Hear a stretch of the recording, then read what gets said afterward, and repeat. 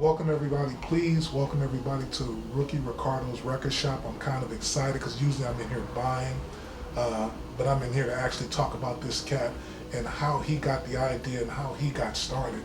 Man, welcome to the show. Thank you. First of all, even before we get started, thank you so much for all your years of service through the big times, the low times, or whatever. Man, you're the last man standing. Well, there's a lot of new record shops opening up, and they're great record stores, but they don't really understand the older music. It's more about collectability.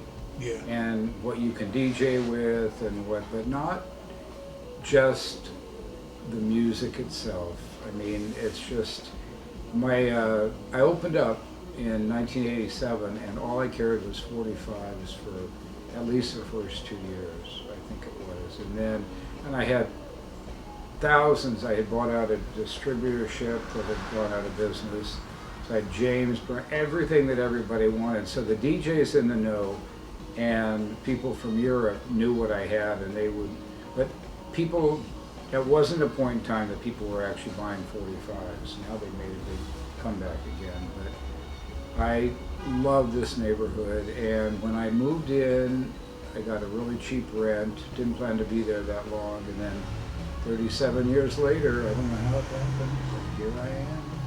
I always did, because I had worked in record shops in San Jose, and even in high school I worked in Walnut Creek, is I have listening stations, and that to me is the most important thing you can do, because then everybody gets to discover whatever they want. And I love 45s because I try to explain to people when they come in, and a lot of people nowadays all want the same things, and I try to explain to them that there's so much good, and the B-sides on the 45s, I mean, come on, there wasn't a bad Marvelettes B-side, and they're magical, and the sound is set punchy, and it's just comes right at you, and you know, I used to love to dance, and I just, nothing gets me than a good loud 45. Did this thing, and there's a couple of album comps that they made of some of the songs that they played. They speeded the records up so they could say that they play more records per hour. Did you know that? No, I didn't know. Yes.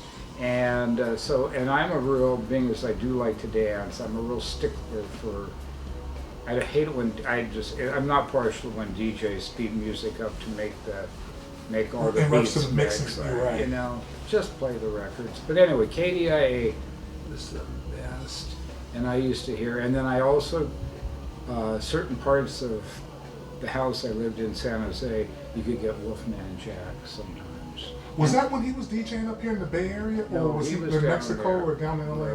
Yeah. And songs like the original House of Jack built by Thelma Jones or Casanova by Ruby Andrews, I never would have heard those songs. Man, I had no idea, and I'm a big radio guy. I had heard from just different people that Wolfman Jack actually was up here for a minute on radio. Casey Kasem was actually up here on the radio. I had no idea, man. Yep.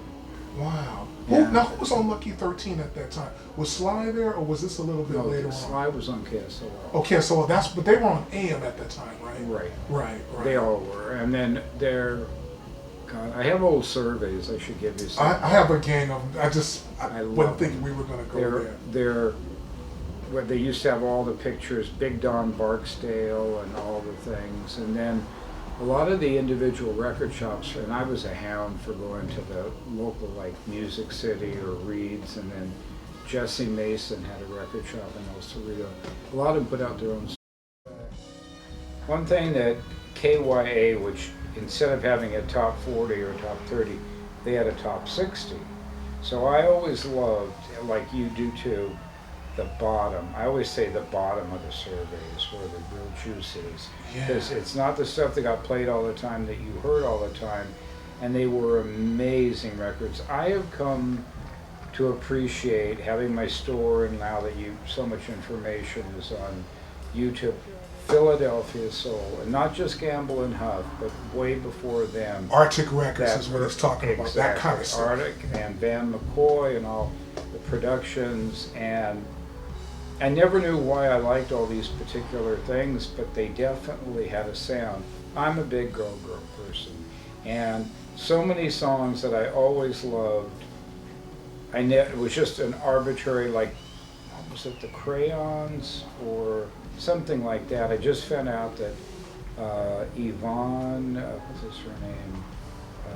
Doesn't make any difference, but I now know who all the lead singers were of these groups and where they went after, and all the backup groups that are on almost every great song. It's so interesting to me. And so what I like to do is discover when my customers come in here, I try to help. Most people know what they want, and they want just the basics, but occasionally I'll get somebody, and in the old days that wasn't the case. When I first opened my shop, everybody was experimenting, like when I met you, and everybody wanted to know, they wanted my suggestions, and now that doesn't happen as much, but once I get, every so often, I get somebody that I